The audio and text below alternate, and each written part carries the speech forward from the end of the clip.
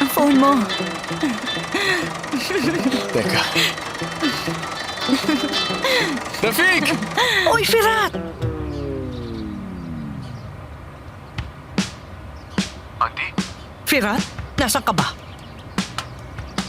Kasama mo na naman siya? Nasa ka ba ngayon? Ano kasi, Auntie? Auntie, may ginawa lang ako saglit. May ginawa ka. Sana natapos mo na. Inaasahan naming mabubuksan na ang shop. Okay, sige. Hindi na kita palahin pa.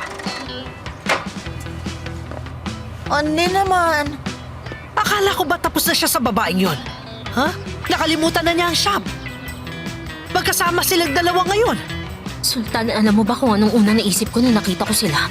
Nagpakasal na at nasa honeymoon na. Auntie Gulindam, huwag mo nang gatungan. Sige na. Malinaw pa naman ang mga mata ko. Nakita ko din naman.